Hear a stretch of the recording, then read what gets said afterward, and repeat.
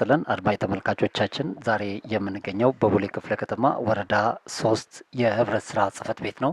ህብረት ስራ ጽህፈት ቤት በበጀት ዓመቱ የሰራቸውን ስራዎች በተለይ ህብረት ስራ ጽህፈት ቤት የሚታወቀው የኑሮ ውድነትን እና የገበያ ማረጋጋት ስራዎችን ከመስራት አኳያ ብዙ ዘርፈ ብዙ ስራዎችን ይሰራሉ።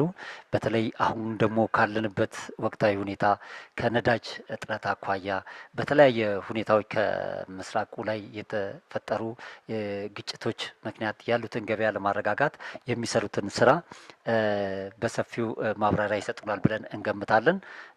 እስቲ አሁን ወደ ጽህፈት ቤት ኃላፊው ልምራችሁ ስማቸውንና እየሰሩ ያሉትን ስራዎች በሰፊ ያብራሩልናል ማለት ነው።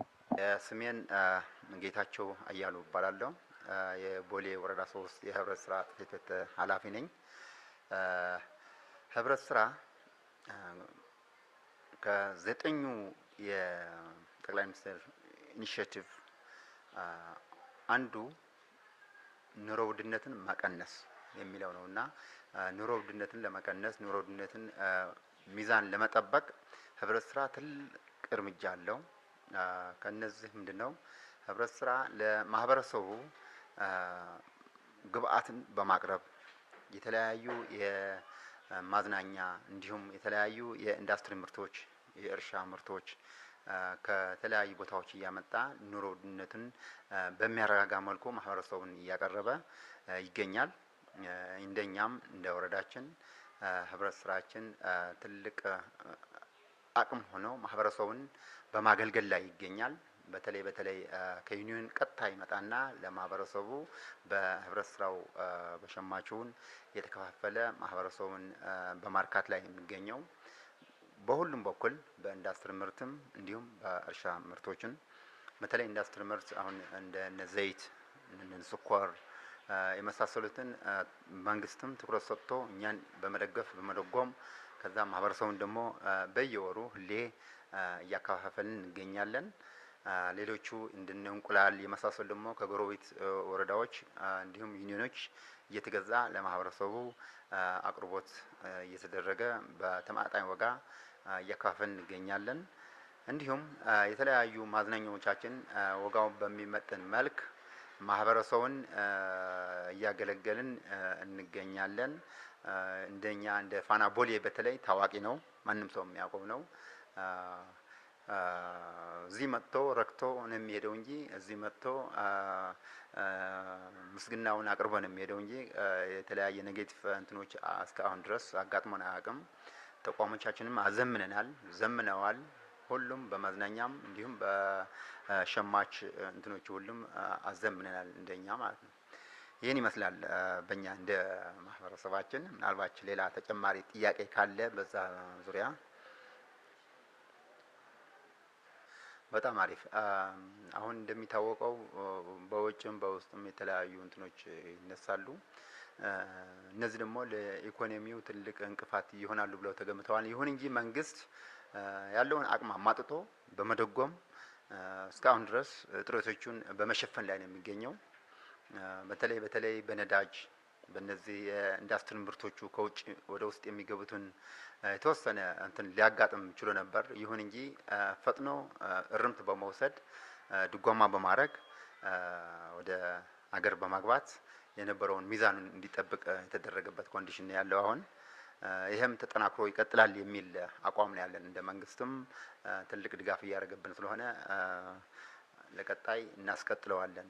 ኑሮ ውድነቱን ወደ ሚዛኑ በጠበቀ መልኩ ወደ ኖርማል መንገድ ለማምጣት ሁሉም ሰራተኛ ከላይ እስከ ታች ጥረት በማድረግ ነው ያለነው። እንዲሁም ይስተካከላል የሚል ሙሉ አቋም ነው ያለን ነው በእኛ በኩል። እንደሚታወቀው ከዚህ በፊት የማህበረሰቡ አመለካከት የቀበሌ የምናምን የሚል ትንሽ ዝቅ አድርጎ ያየው ነበር። አሁን ግን ትልቅ እንደ ሞተር እንደ መፍትሄ መሆኑን ማህበረሰቡም እየገባው ነው ያለው ማለት ነው። ቅድም ለመናገር እንደተሞከረው ተጠቃሚ አብዛኛው ዝቅተኛው ማህበረሰብና መካከለኛ ማህበረሰብ ነው። ይሄንም እንዴት ነው የሚጠቀመው? የራሱ ኩፖን አለ፣ ይገዛል። በዛ ኩፖን ማንኛውም ነገር ተጠቃሚ ይሆናል። ኩፖን ገዝቶ ማለት ነው። ይሄ ደግሞ አብዛኛዎቹ በተለይ ዝቅተኛና መካከለኛ ያሉት ማህበረሰብ ናቸው ወደዚህ እንጀጅ አድርገው እንዲጠቀሙ እንትን የሚደረጉት የሚገፋፋቸው፣ እኛም እነሱም የሚገቡልን ማለት ነው። ስለዚህ በዚህ ዙሪያ ማህበረሰቡ ተጠቃሚ ከማድረግ አንጻር እንደኛም ትኩረት ሰጥተን እነሱን በመቀስቀስ አባል እንዲሆኑ በማድረግ ተጠቃሚ እንዲሆኑ የተለያየ ጥረት በማድረግ ተጠቃሚ እያደረግንበት ያለንበት ኮንዲሽን ነው ያለው ማለት ነው።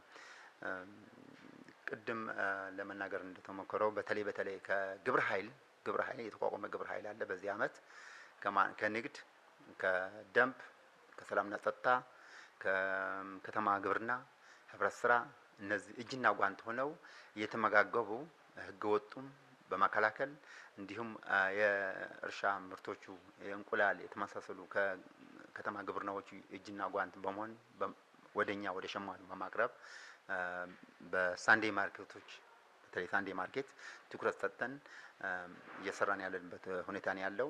እንደ ተቋም እንደ ሸማች አንድ ሸማች ነው ያለን እኛ አንድ ሸማች ፋና ቦሌ ማለት ነው። እሱም ይሁን እንጂ በአራት ብራንች ነበረው።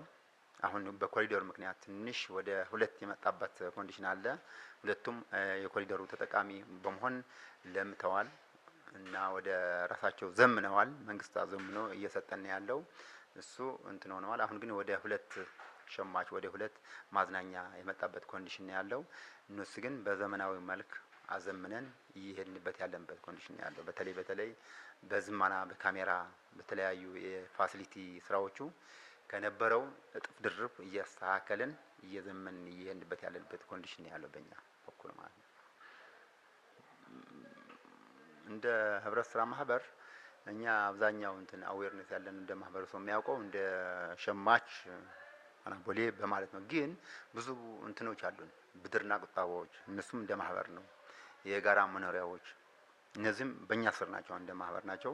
ለምሳሌ 9 ብድርና ቁጠባ አሉን እኛ ጋር 7 የጋራ መኖሪያዎች አሉ በእኛ በህብረት ስራ በእኛ የሚተዳደሩ።